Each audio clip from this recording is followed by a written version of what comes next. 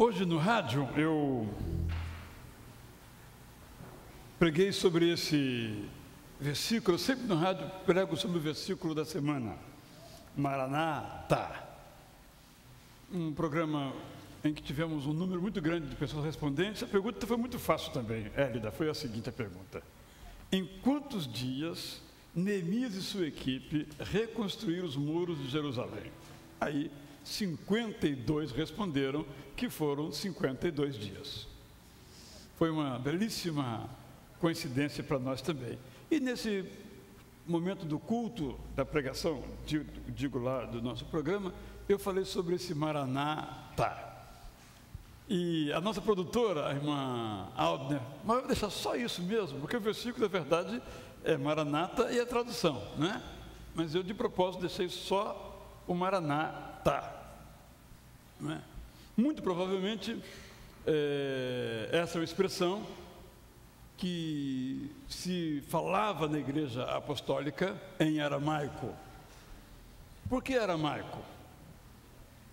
Na minha mensagem eu disse isso. Todas as vezes em que nós estamos em dificuldade, se falamos alguma outra língua, nós pensamos e falamos nossa língua materna. Então o aramaico é a chamada língua materna de Jesus, que falava hebraico, aramaico, possivelmente falava grego, não sabemos, falava latim, possivelmente pelo menos algumas palavras eu entendia, mas o aramaico é a língua do coração, a língua materna, né? Então é uma expressão de que isso para nós é muito significativo, é tudo na vida. Por isso a igreja orava em aramaico, Maranata.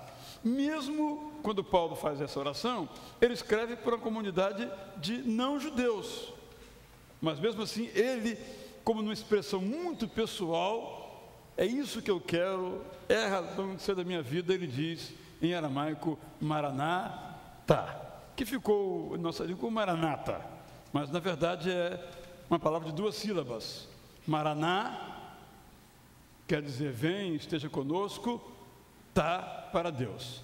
Essa oração, portanto, deve ser sempre a nossa oração. Eu quero lhe convidar então a dizer Maranata, não é? A tradução nós já sabemos qual é, não precisamos repetir. Vamos juntos então, Maranata.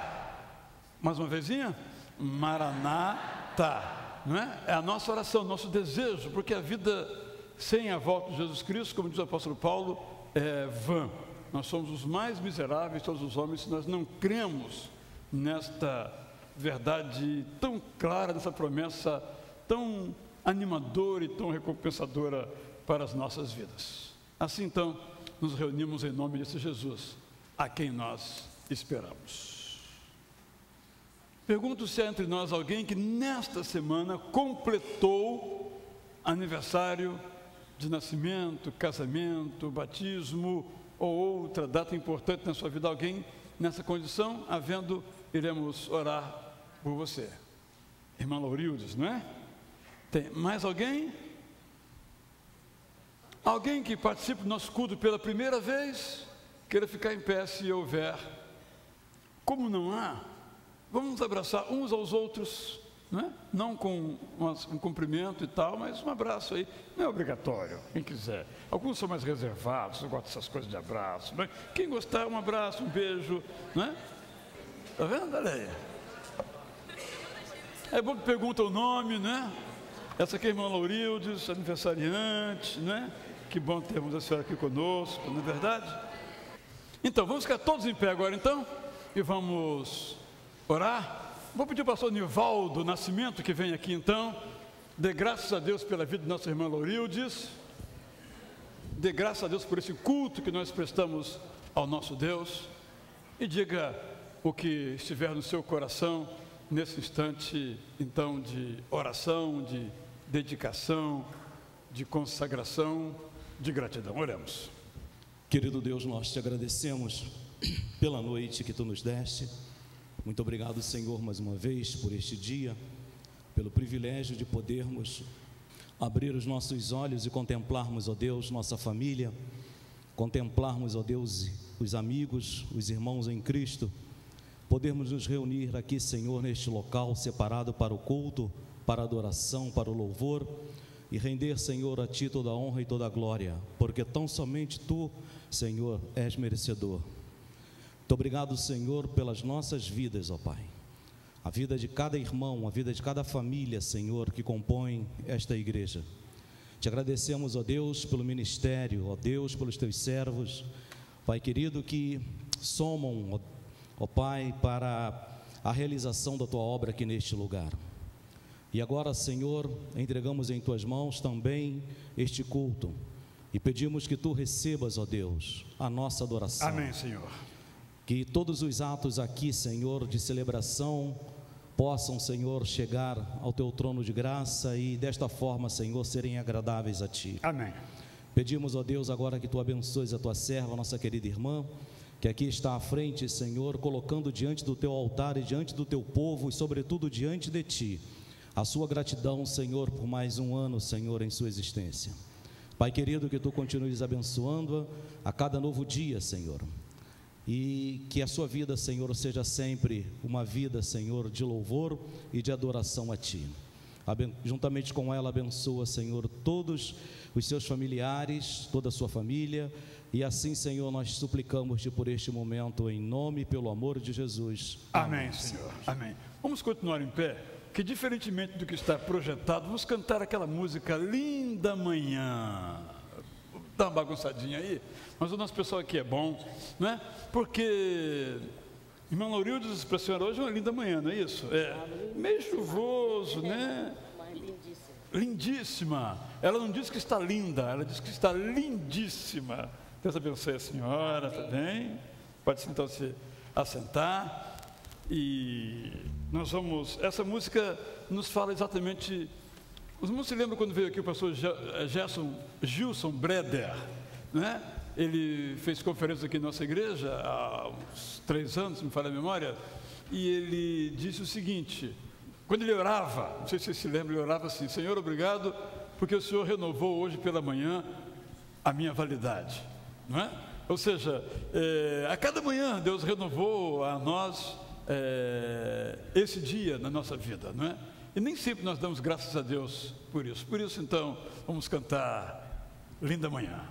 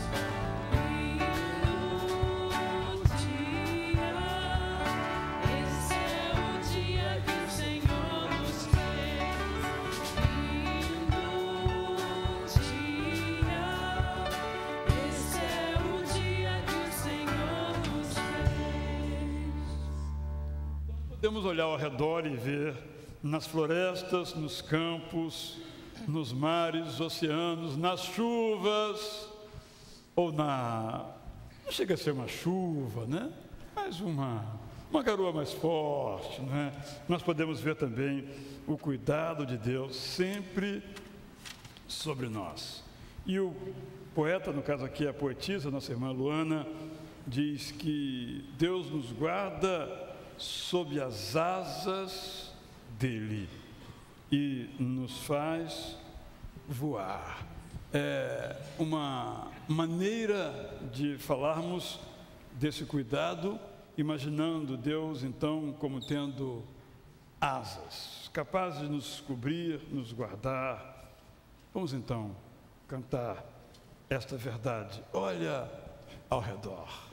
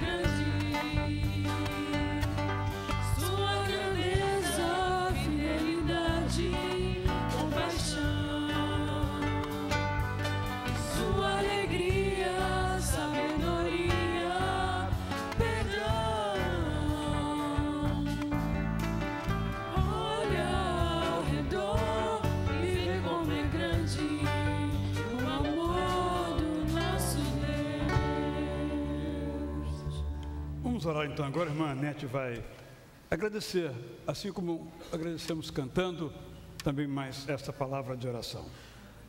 Muito obrigada, Senhor, porque podemos olhar ao redor e ver a Tua grandeza. Podemos a cada dia desfrutar e ver o quanto o Senhor é grande.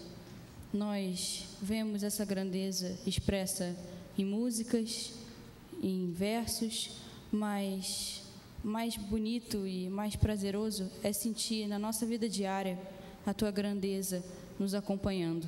Amém. E esse é o nosso clamor, que o Senhor esteja a cada segundo conosco, porque é muito mais completo, é muito mais especial quando tem o Seu toque e a Sua presença guiando a nossa vida. Esteja conosco nesse momento de culto e abra o nosso coração a cada palavra que o Senhor tem a nos dizer aqui. Em nome de Jesus, amém. Amém, Senhor. Todos podem se assentar, o coro masculino vai então agora entrar e vamos dar continuidade então ao nosso culto.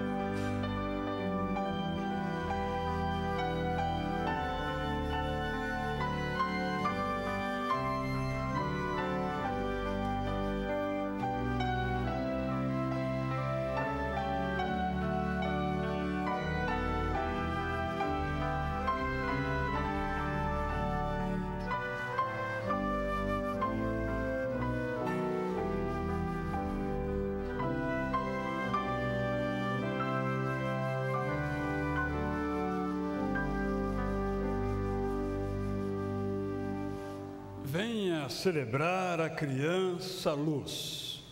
Com esta primeira música natalina do ano, muitas ouviremos, muita cantaremos.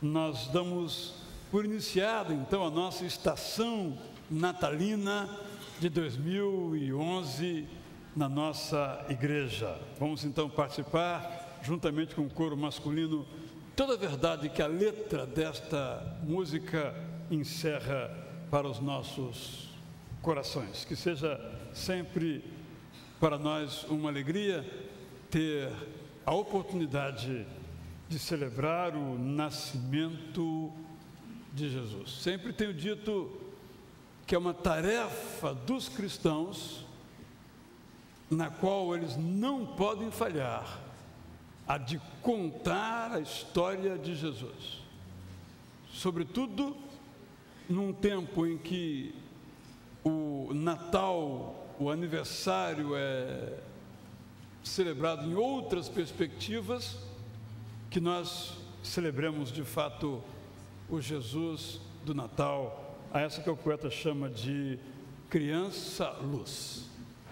Foi com temor e tremor que o coro recebeu a incumbência de abrir as comemorações do Natal em nossa igreja.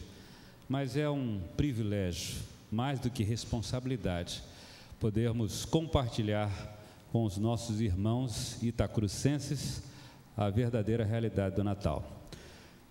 Nesta oportunidade nos ajudaram o Carlos Sarriá, que está ali com a sua flauta, o Roberto Brother com o baixo, o Daniel Perazzo na bateria, a irmã Tamara aqui no órgão, a nossa pianista, a irmã Ilene, e também o Itamar Alves no multimídia. Nós queremos agradecê-los, vocês fazem parte desse nosso esforço de compartilharmos o verdadeiro significado do Natal.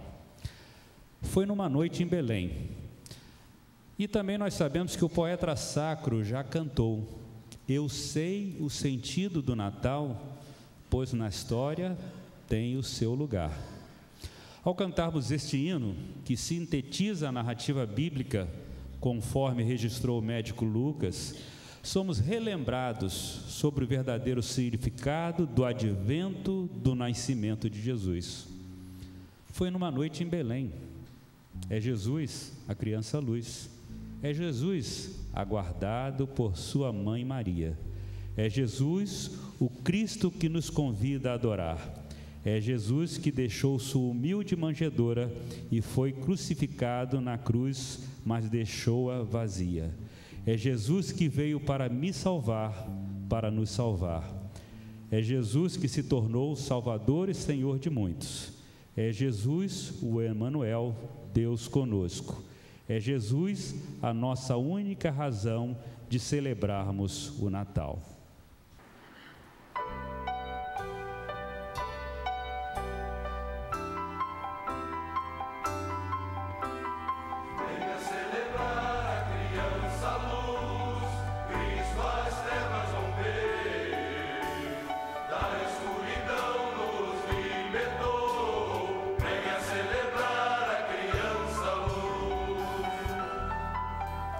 Oh,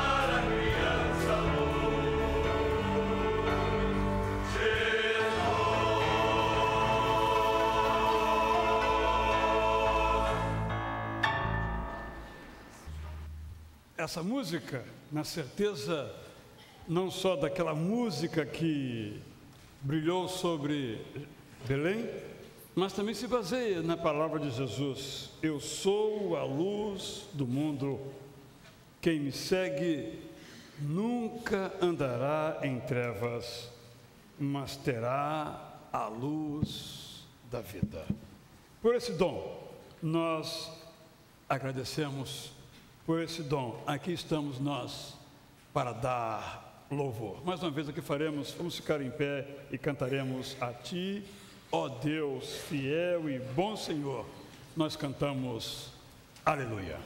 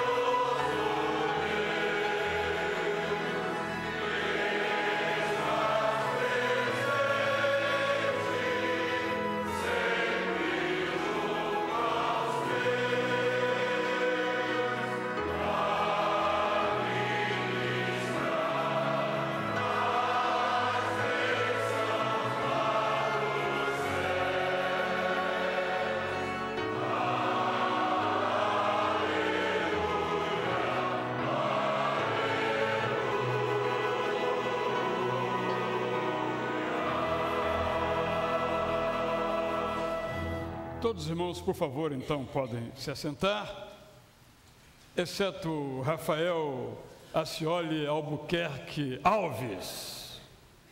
É fácil gravar, são 3 As, né? Assim fica fácil. Então, o Rafael deseja ser batizado, né? Teremos batismos no próximo dia 11 de dezembro e também no dia 31 de dezembro. Sendo que no dia 11 de dezembro teremos batismos de manhã e também à noite. E no dia 31, nosso culto das 22 horas começando. Peço-lhe para ir recordando as nossas datas especiais de final de ano e de virada do ano. Dia 25 de dezembro é domingo. Teremos apenas o nosso culto já tradicional das 11 horas da manhã.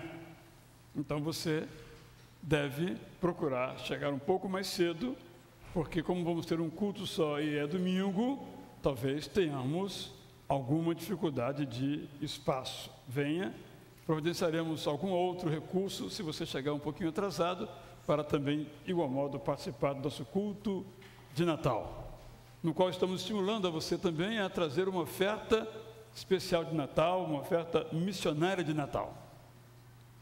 No dia 31, então, nosso culto também já tradicional, às 22 horas, um sábado. No domingo, primeiro dia do ano, só teremos culto às 18 horas. Tudo muito diferente. Eu sei que algumas pessoas vão aparecer aqui no domingo, dia 1º pela manhã, mas não é por falta de aviso. Você está avisado, não está, Rafael? Você não vem aqui domingo de manhã, não vem? Dia 1º de janeiro, não, né? Então, às 18 horas, um culto especial, em que vamos, então, dar início, não só ao ano, a esse dom de Deus às nossas vidas pessoais, mas também à nossa campanha para a construção do templo. Então, vai ser uma tarde e noite totalmente diferente e especial. Com isso, então, eu posso, pegando aqui o microfone com o pastor Alcenir, perguntar ao Rafael, aqui estão os seus pais, não vão ficar em fé, que estão ocupados com atividade artística, cinematográfica. Então, quero lhe perguntar, segura aqui o microfone bem perto da sua boquinha, isso. Por que, Rafael, então, você deseja ser batizado? Porque eu acredito que Jesus é o meu único Salvador. Certo. É uma decisão que você tomou de um modo bastante claro, não porque seus pais fizeram isso. Você não quer apenas fazer o que seus pais fizeram, é a sua decisão pessoal. Já há muito tempo, né, Rafael, que você quer ser batizado, né? Nós aqui estamos segurando um pouquinho, na verdade. Então, e qual a diferença entre uma pessoa como você, lá na sua escola, que tenha Jesus como Salvador e Senhor, como você disse, e uma outra que não tem? Tem alguma diferença? Você nota alguma diferença? Sim. Nós não saímos a pergunta, você que vai responder, né? Vamos ver. Eu não falo palavrão. É isso? Pode falar então, o que é? Eu não falo palavrão. Não fala palavrão, é uma diferença. Não é a única, mas nessa idade é a única. E você não fala porque Jesus é seu Senhor. Então tá bem. Ok? Você está com quantos anos, Rafael? 10. 10 anos. Está convicto que é isso mesmo que você quer? Então, bem. Então, os que são favoráveis que batizemos o Rafael, levante, por favor, uma de suas mãos. Muito obrigado. Alguém contrário também pode se manifestar. Então, até dia 11 pela manhã, às 11 horas, tá bem? Deus abençoe você, sua irmã e os seus pais. Pode sentar-se, então, por favor. Antes de nós trazermos nossos dízimos, nossas ofertas, também vamos ter um motivo de gratidão aqui. Quero chamar aqui a nossa irmã Lídia Keller, chama também o seu marido Eduardo para lhe fazer a companhia nesse momento. A irmã Lídia é assistente social, vem trabalhando já há quantos anos no Hospital Evangélico? 12 anos no Hospital Evangélico, mas está diante de uma tarefa diferente na sua vida. Ela foi convidada para ser subsecretária de Ação Social da Prefeitura de Friburgo, e ela aceitou. Já começou? Amanhã ela começa o seu trabalho. Então eu pedi a ela que, se desejasse que aqui estivesse, para orarmos por ela, uma função pública. Nós sabemos que toda função pública é muito difícil, e na área dela também muito difícil, sobretudo na condição ainda de Nova Friburgo, com todas aquelas dificuldades que nós participamos e conhecemos, que não cessaram ainda.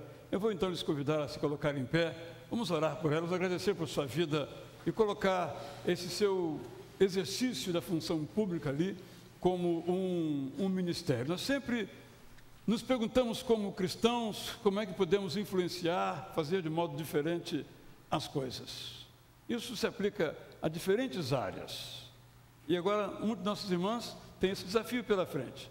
Muda muito na sua vida, está ali, eu tenho certeza, porque ela tem a convicção que Deus quer que ela ali esteja. Vamos orar para que Deus, então, a capacite todos os dias, em todas as áreas. Senhor, obrigado mais uma vez por podermos ver nesse gesto da escolha da irmã Lídia Keller como uma manifestação também de tua bondade e de tua graça para com ela e para com os neofriburguenses.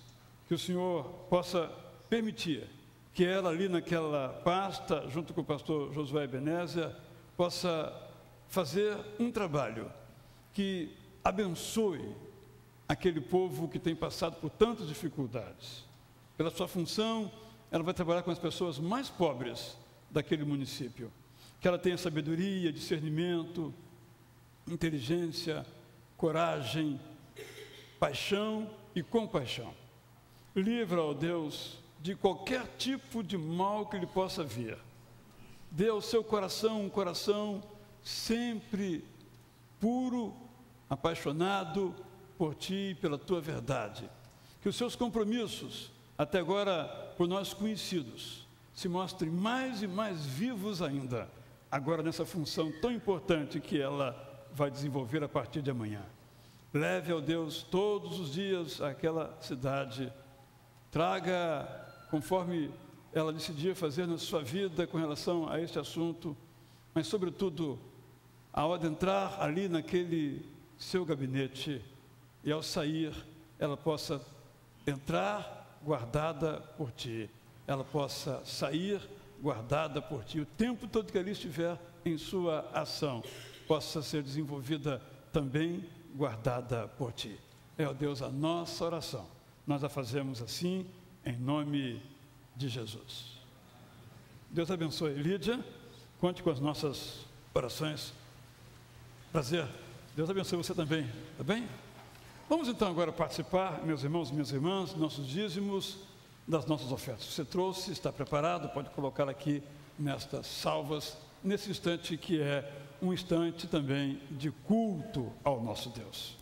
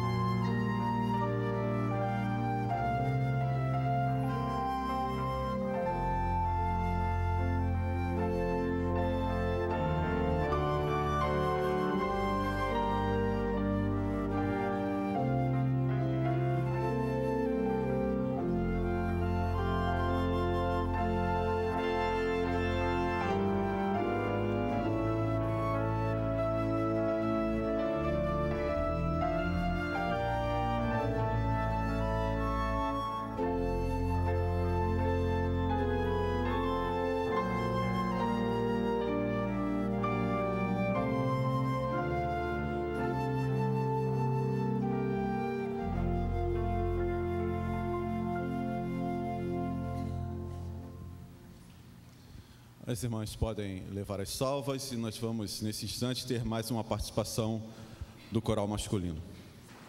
Cantaremos a profecia que por si só narra o significado do Natal. O bebezinho vem para nos salvar. E se falamos de mãe e de bebê, falamos e cantamos de amor, como registrado no Evangelho de João, capítulo 3, versículo 16. O bebê que se tornou homem vem trazendo verdade e graça. Eu falei graça? Sim, aquela maravilhosa graça do hino que tão entusiasticamente cantamos. É o melhor exemplo de fidelidade do Pai, que enviou o Filho, o bebê, sendo o maior e melhor presente que nós, nessa época de presentes, poderíamos receber. E você? Já recebeu o melhor presente em seu coração?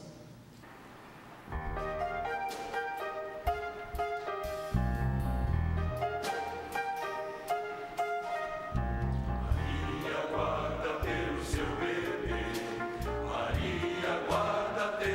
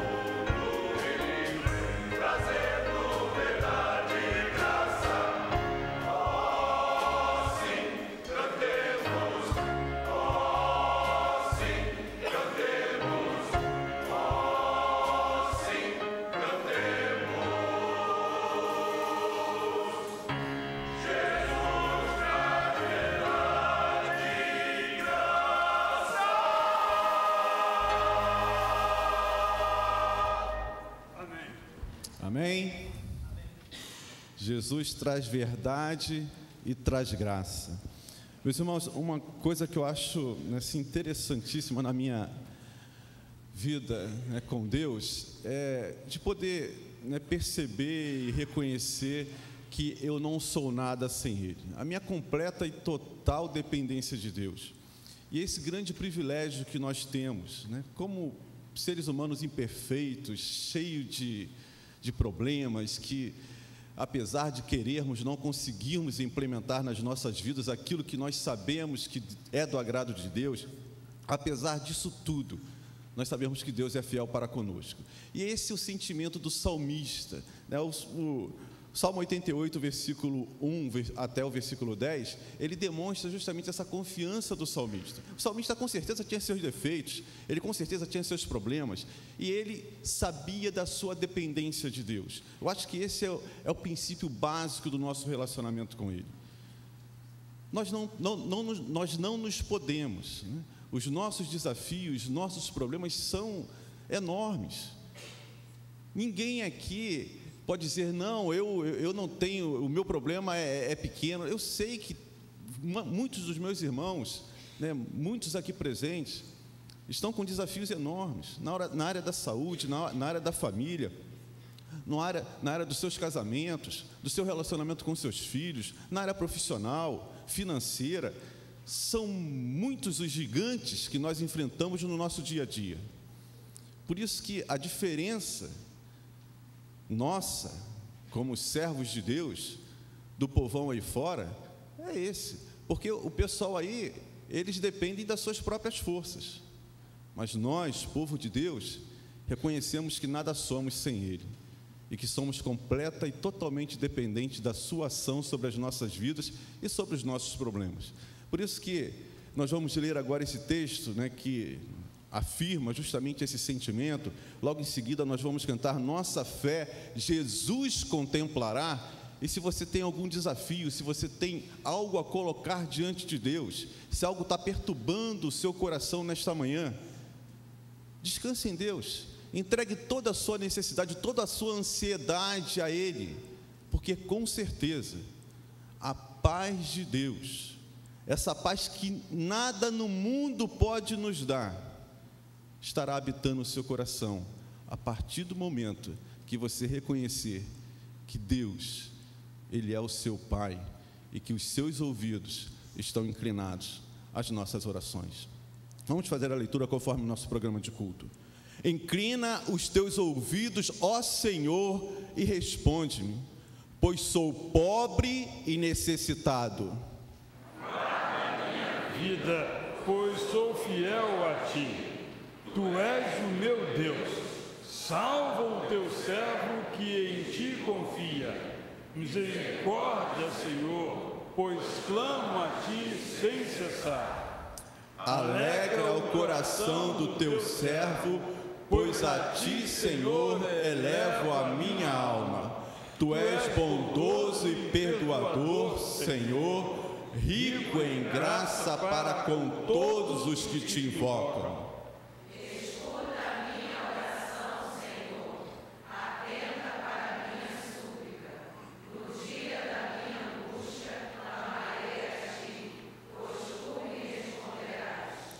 Nenhum dos deuses é comparável a Ti, Senhor. Nenhum deles pode fazer o que Tu fazes.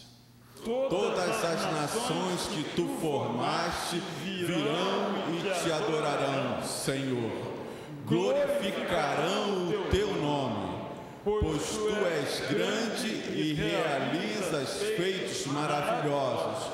Só Tu és Deus. Enquanto nós estivermos cantando, se você quiser se ajoelhar, se você quiser se levantar, se você quiser vir aqui à frente, fique à vontade. Logo em seguida, o nosso irmão Nelson Galgu vai estar fazendo uma oração, colocando diante de Deus aquilo que nós temos dentro do nosso coração nessa manhã para colocar diante do trono da graça de Deus.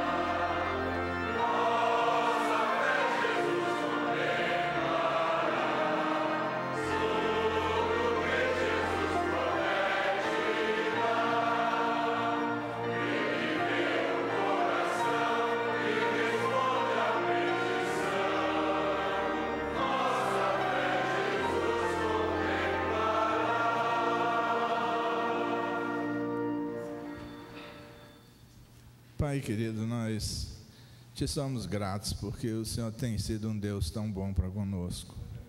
Nós começamos esse culto celebrando a Tua grandeza, continuamos celebrando a Tua graça na medida em que reconhecemos que Jesus é o maior presente que a gente podia ter tido, a nossa salvação. E agora, Pai, nós queremos celebrar também a Tua fidelidade. A Tua fidelidade na medida em que o Senhor sabe das nossas necessidades e o Senhor as atende na medida em que o Senhor reconhece o que é melhor para nós. E nós nem sempre entendemos o que é melhor, mas o Senhor sabe e nós confiamos nisso, porque o Senhor é um Deus onipotente, onisciente, e tem sido presente nas nossas vidas. Nós queremos te louvar e bendizer por isso.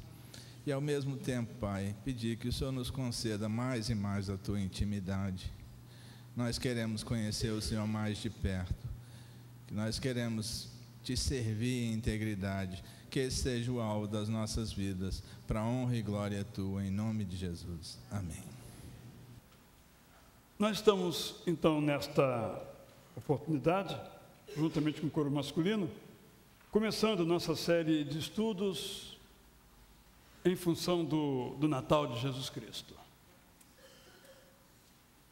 Hoje, então, vamos falar sobre o vocabulário do Natal, profetas.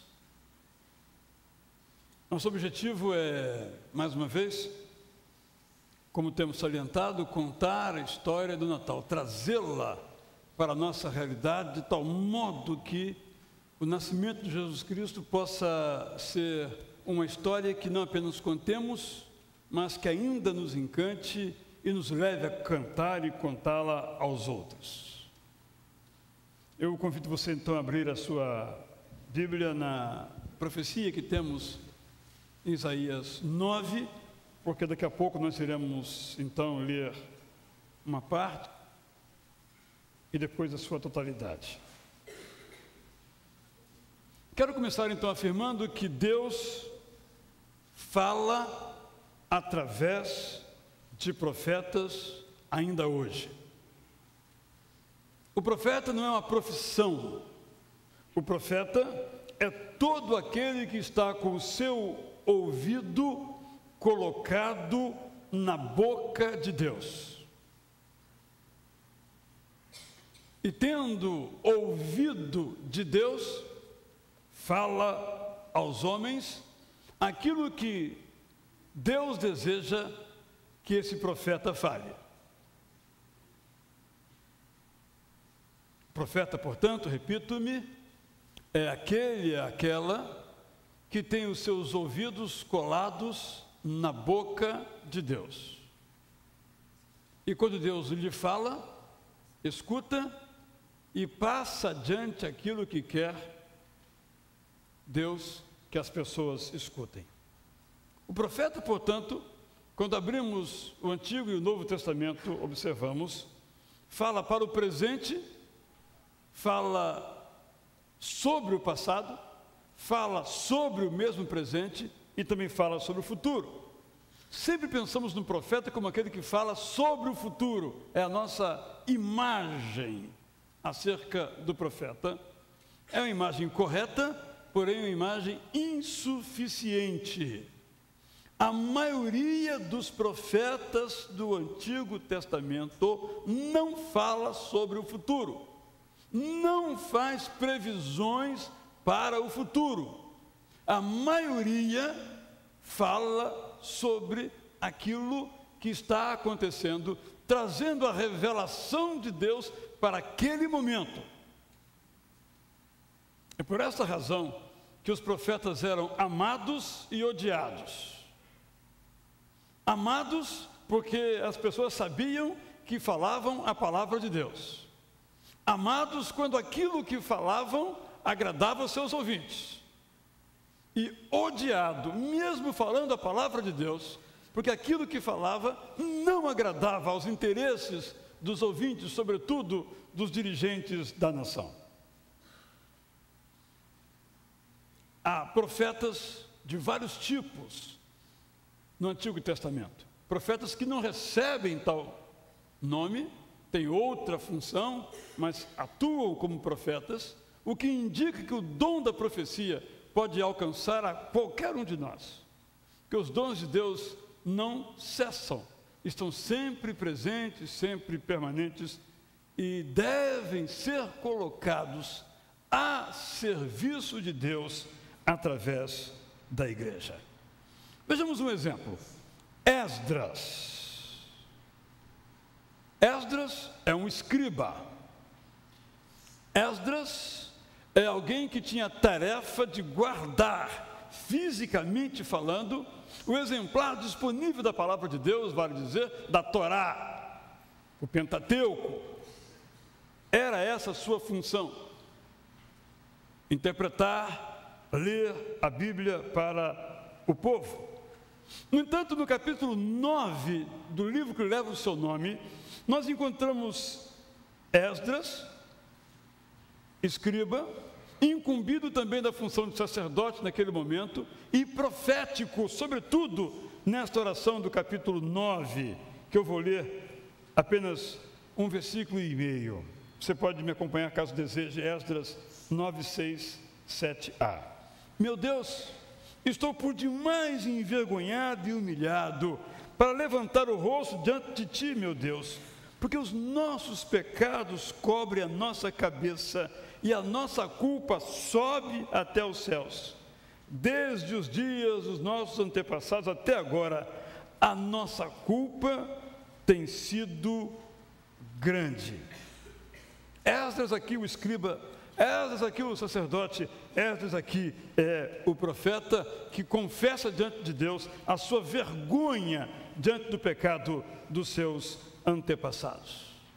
Esta oração de Esdras, oração modelo, sem dúvida alguma, nos revelam as atitudes que nós devemos tomar diante do pecado dos nossos antepassados. Pecado que nós continuamos a cometer na mesma trilha desta triste tradição. Porque nós sabemos que em nosso presente o passado sempre está conosco a nos perturbar, a fazer uma trilha pela qual sigamos, a menos que arrependidamente nós confessemos os nossos pecados e afirmemos o desejo de não mais praticar aquilo que foi a maneira de ser, de agir daqueles que vieram antes de nós, colhendo nós agora os frutos dos seus erros, como eles também o fizeram. E o Novo Testamento não tem profeta? O que faz Pedro no ano 28 da nossa era, ou 31, ou 33, não sabemos com precisão, quando ele então toma a palavra, reunida a multidão ali, totalmente em estado de êxtase, os cristãos do lado de lá, em estado de deboche, ele pega a palavra, então fala a esses que debochavam, ou a esses que estavam atônitos e perplexos. Atos 2, 22 a 24, israelitas, ouçam essas palavras. Jesus de Nazaré foi aprovado por Deus diante de vocês, por meio de milagres, maravilhas e sinais, que Deus fez entre vocês por intermédio dele, como vocês mesmos sabem. Este homem lhes foi entregue por propósito determinado e pré-conhecimento de Deus. E vocês, com a ajuda de homens perversos, o mataram pregando-o na cruz. Mas Deus o ressuscitou dos mortos, rompendo os laços da morte, porque era impossível que a morte o retivesse. Estamos diante de um profeta. Esdras falou com ênfase no passado. Pedro agora fala mostrando os atos muito próximos daqueles que agiram daquela maneira. O profeta, portanto, é aquele que põe o dedo na ferida, nunca, contudo, esquecendo a esperança. A esperança que Deus ainda hoje rompe os laços da morte. Esperança de que há para os que se convertem a Jesus e se põem a segui-lo no caminho, uma nova possibilidade de vida aqui, agora, mas também no céu depois. Essas duas orações, essas duas intervenções, esses dois discursos do profeta, assim o chamemos Esdras, do profeta Pedro, assim o chamemos, nos devem servir como um convite a que reflitamos sobre a nossa prática pessoal e sobre a nossa prática comunitária. Como continente, como país, como denominação, no caso Batistas do Brasil, como a nossa própria igreja. O cristianismo na América Latina é culpado, não só acusado, é culpado de destruir culturas, massacrar índios e escravizar os negros, concordando com as práticas colonizadoras em prática por Portugal e Espanha, especificamente nas nossas Américas. Esse mesmo cristianismo, no entanto, produziu profetas. Um deles, Bartolomé de las Casas, que era bispo em Chiapas, Guatemala, e que renunciou ao episcopado por não concordar com aquilo que o Estado espanhol, através e com o apoio da igreja, fazia no continente, escravizando índios, reduzindo índios a nada. Ele disse: como cristãos, ou nós mudamos essa prática, respeitando a integridade moral e espiritual do índio, ou eu me recuso a ser bispo dessa igreja.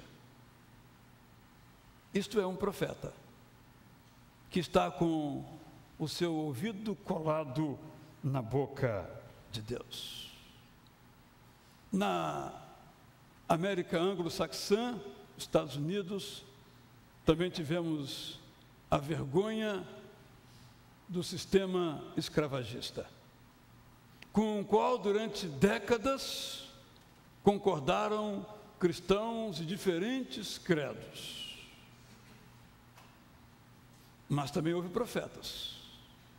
Um deles de nós bastante conhecido, pastor batista Martin Luther King Jr., que levantou a sua voz pela igualdade entre brancos e negros e foi assassinado. No Brasil, poderia mencionar vários aspectos, vou tomar dois recentes. Ainda hoje, as mulheres que trabalham no mercado profissional ganham menos do que os homens. E ganham menos não porque sejam menos competentes. Ganham menos porque são mulheres. No caso do Brasil Batista, há várias pastoras ordenadas legitimamente por igrejas que convocaram concílios, como é a praxe batista. Mas a Ordem dos Pastores Batistas do Brasil se recusa a admiti-las no seu rol de associados. Eu não faço parte dessa ordem. Eu não posso fazer parte dessa ordem. Os profetas da igreja devem falar ao mundo e também falar à igreja o que Deus quer que o povo ouça. Os profetas de hoje devem dizer Gálatas 3, 2, 8, segundo a tradução à mensagem, que na família de Cristo não pode haver divisões entre judeus e não judeus, escravos e livres, homens e mulheres. Entre vocês, todos são iguais. Na antiguidade, Deus falava com os seus profetas por meio de visões e de sonhos. Hoje, Deus fala por meio de sonhos e visões, mas fala sobretudo sobre a sua palavra, a esse livro ao qual nós chamamos de Bíblia, plural de biblos, conjunto de livros. E os profetas no passado cantaram que haveria o Natal.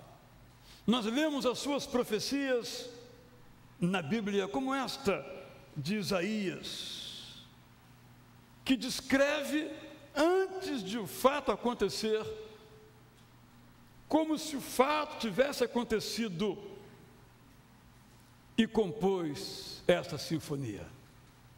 Porque o menino nos nasceu, um filho nos foi dado, e o governo está sobre os seus ombros. E ele será chamado Maravilhoso, Conselheiro, Deus Poderoso, Pai Eterno, Príncipe da Paz. É esta palavra que todos nós precisamos escutar. Vinde escutar esta palavra de Deus aos nossos corações. Esta é outra música cuja letra nos apresenta um importante convite. Vinde escutar, pois a nova sem igual, que foi celebrada primeiramente pelos anjos, que deram glória a Deus nas alturas, também chegou até nós. Convidamos vocês a ouvirem e refletirem com o ouvido do coração.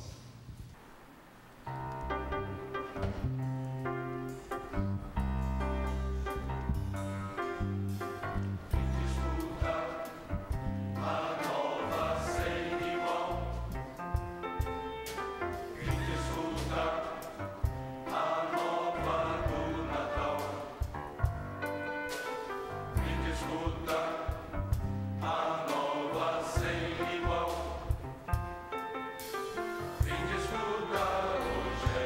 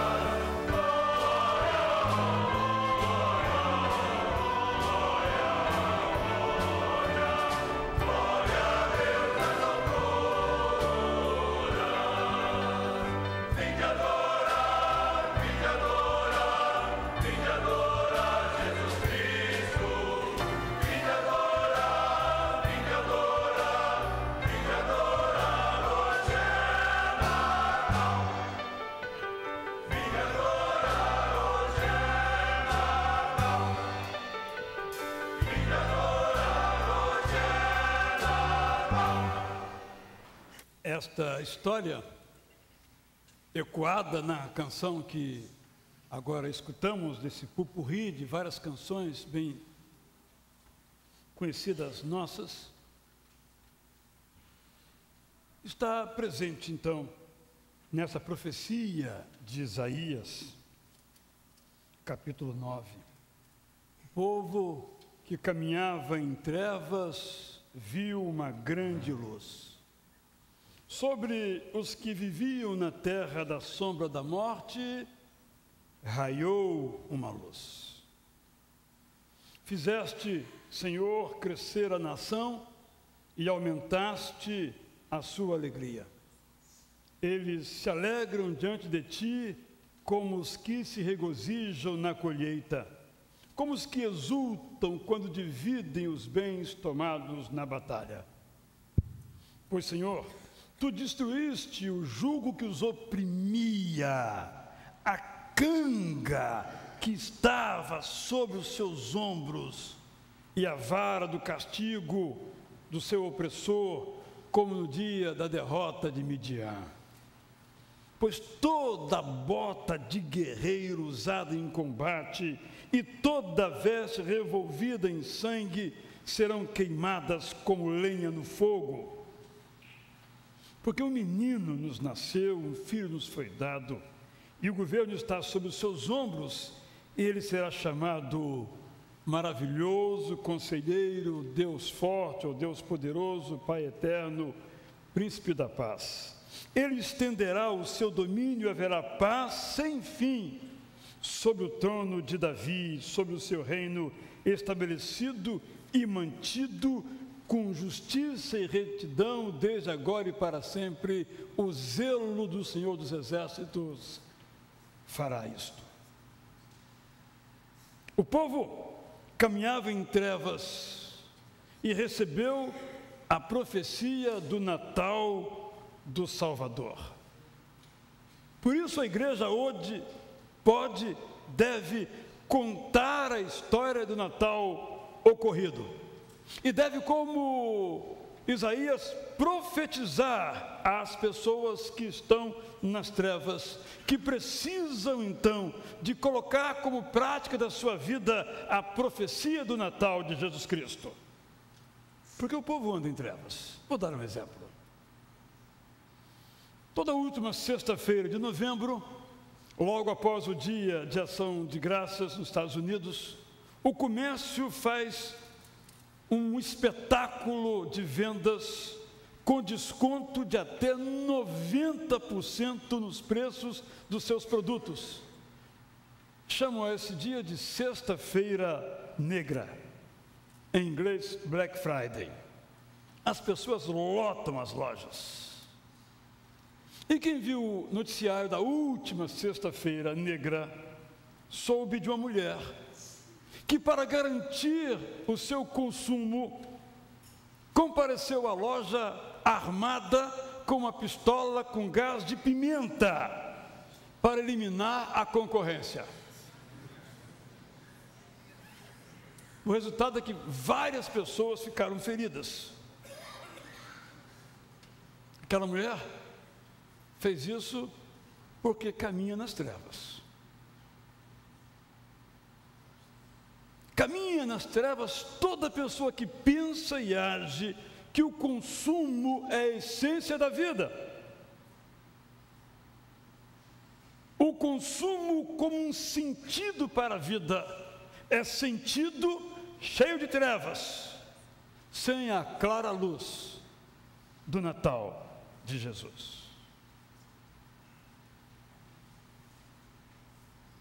Nessa mesma semana, um filósofo que não é cristão, o inglês Alain de Botton, fez uma visita ao Brasil para algo de seu interesse e, numa entrevista, disse o seguinte, que eu estou juntando com o episódio da mulher. O Brasil é um país religioso de um modo bom, não é fundamentalista. A religião aqui tem uma influência calmante. Diz às pessoas que há outro mundo além deste. Isso faz com que o espírito brasileiro seja mais relaxado, enquanto o americano é sobressaltado, focado no dinheiro e no sucesso de um modo louco, porque para eles não há nada além daqui. Tem uma sensação de que o Brasil é um pouco mais equilibrado nesse sentido. Mas não compro essa conversa de que os brasileiros são alegres, são bastante afetuosos, mas sinto muita tristeza também, uma certa melancolia. O que me chamou a atenção neste trecho de um estrangeiro, que sempre tem visões interessantes sobre a gente, como nós temos sobre os outros, quando para lá vamos, foi o diagnóstico que ele fez para os Estados Unidos. Se Alain de Botton estiver correto, fica então explícito o lugar do consumo naquela cultura. Ocorre que os números dizem que aquela nação é uma nação majoritariamente cristã. Então, se a análise está correta, tem algo profundamente errado nesse cristianismo, de quem o consumo se tornou o seu Deus. Talvez pela falta da perspectiva de uma fé que entenda que a vida é esta, mas inclui também a vida futura. Acrescento mais uma lembrança. Andando pela rua, eu vi um pessoal de uma loja de departamentos, que eu não vi qual é, com um boné e uma camiseta, cujos dizeres eram o seguinte: o Natal é bonito, mas pode ficar lindo. Uma frase que não quer dizer nada, absolutamente nada. Mas naquele momento, naquelas roupas e bonés, quer dizer o seguinte: o Natal é bonito, mas se você comprar, será mais lindo. E se comprar na nossa loja, então vai explodir de beleza. O Natal, portanto, é comprar, é consumir.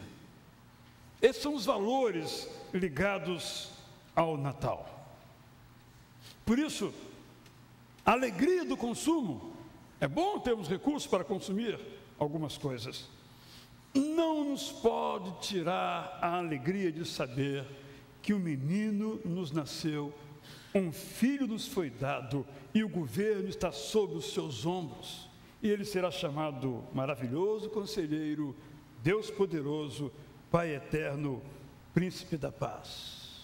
Em outras palavras, de presente recebemos um menino, mas um menino que nos pega pela mão e nos mostra como devemos fazer o caminho. Se deixarmos que ele nos conduza, escutando sua maravilhosa orientação, veremos o que o seu poder por nós faz. Descansaremos no colo de um Pai sempre presente, viveremos em verdadeira paz. Promessas do Natal que a razão não entende. Esta é a mensagem que nós, profetas de Deus, hoje precisamos anunciar. Lemos no Antigo Testamento, 6 séculos antes que a data dessa profecia de Isaías, que o Natal aconteceria, porque o zelo do Senhor dos Exércitos faria com que ele acontecesse.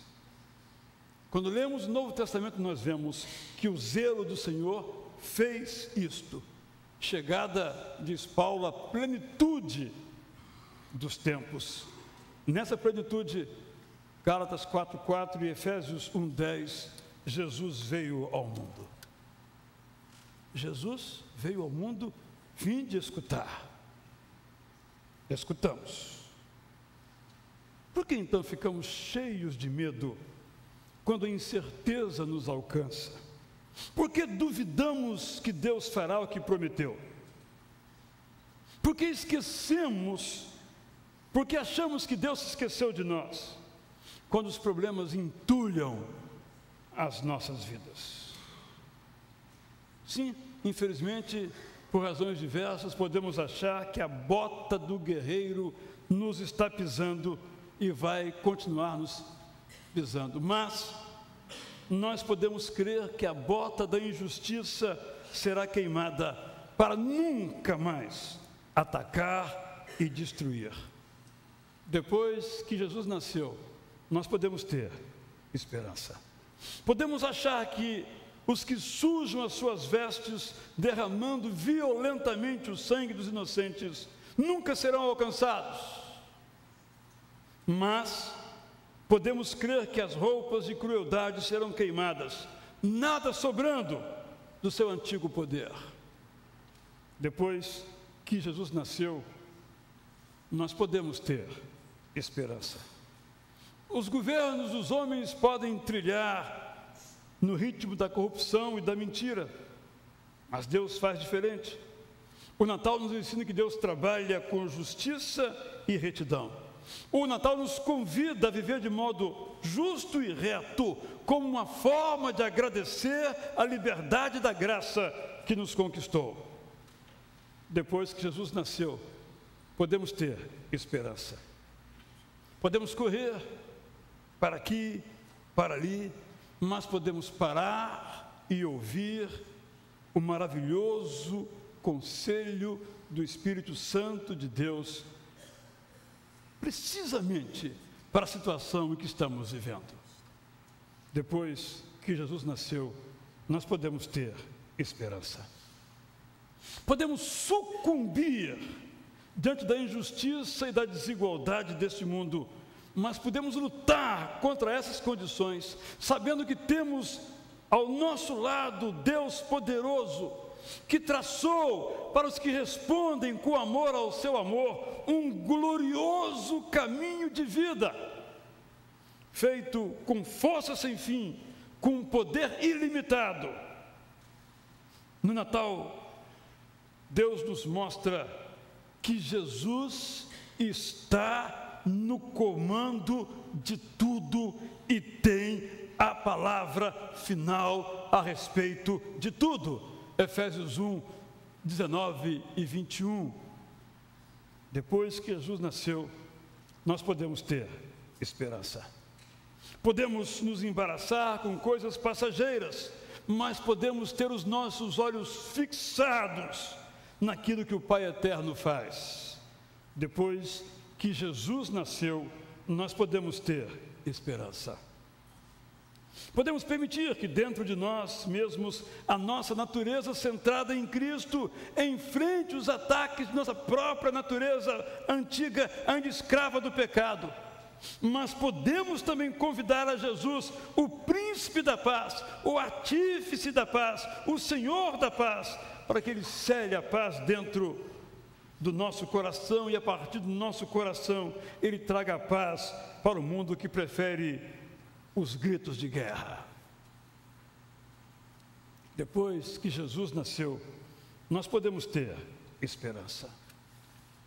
Podemos tatear no escuro, sem saber para onde estamos indo, achando que a verdade está aqui hoje e ali amanhã, mas podemos ver a luz que Jesus irradia e experimentar a sua alegria e viver a sua alegria, sabendo que Jesus é a nossa alegria. Como Johann Schopp e Johann Sebastian Bach escreveram e cantaram. Jesus escreveu Johann Schopp, adaptou o texto Johann Sebastian Bach no século XVIII. Permanece minha alegria, o conforto e o vigor do meu coração. Jesus cura toda a aflição.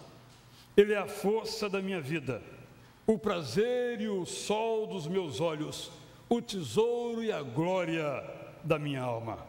Por isso, nunca deixarei que Jesus fique longe do meu coração e da minha face.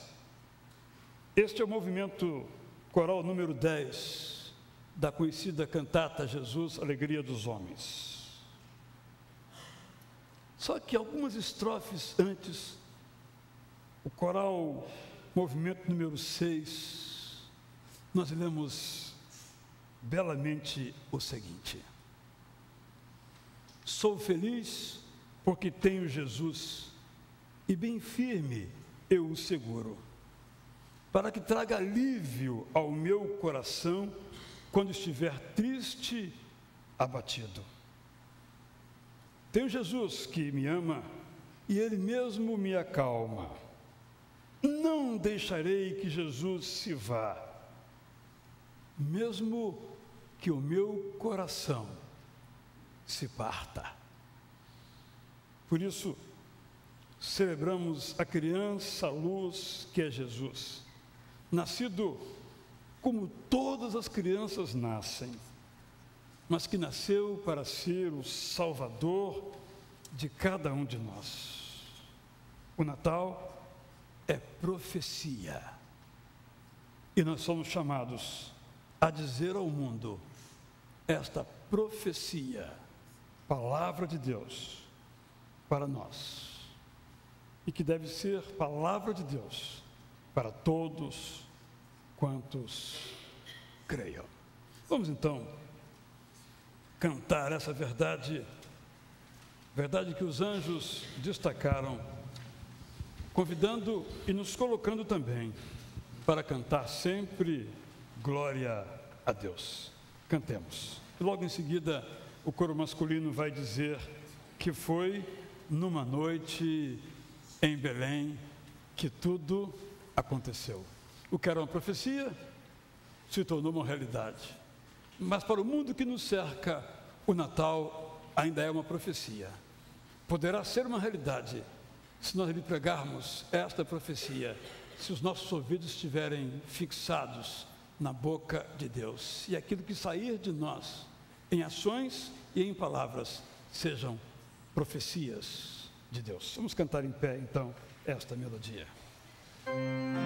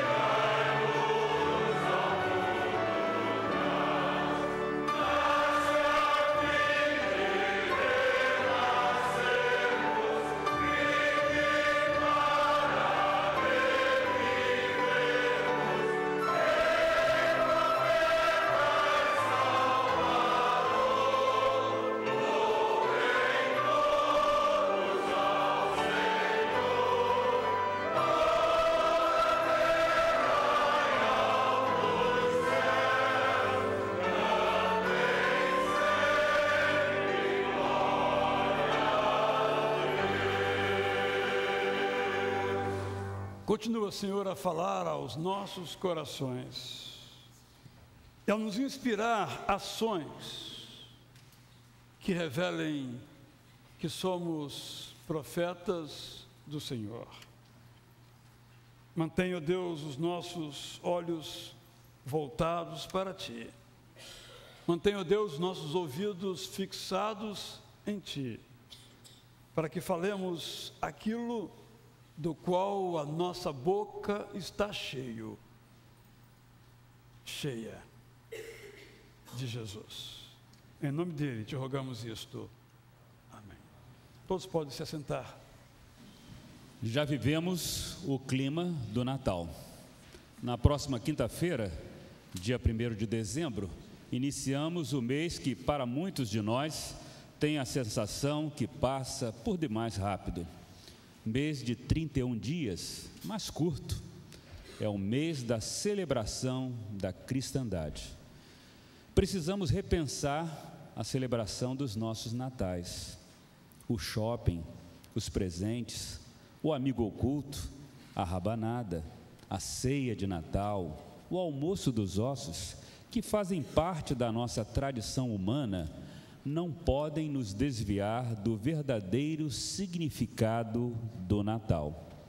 Afinal, a criança luz é o Cristo que as trevas rompeu. O nosso foco e a nossa ênfase nas celebrações natalinas devem nos levar à visão da manjedoura, que precede a cruz vazia. Foi numa noite em Belém. É Jesus, a criança luz. É Jesus, aguardado por sua mãe Maria. É Jesus, o Cristo, que nos convida a vinde adorar.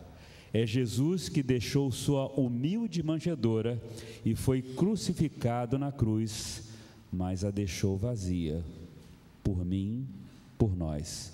É Jesus que veio para me salvar, para nos salvar.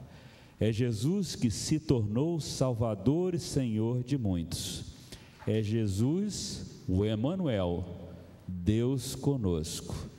É Jesus, razão única para celebrarmos o verdadeiro Natal.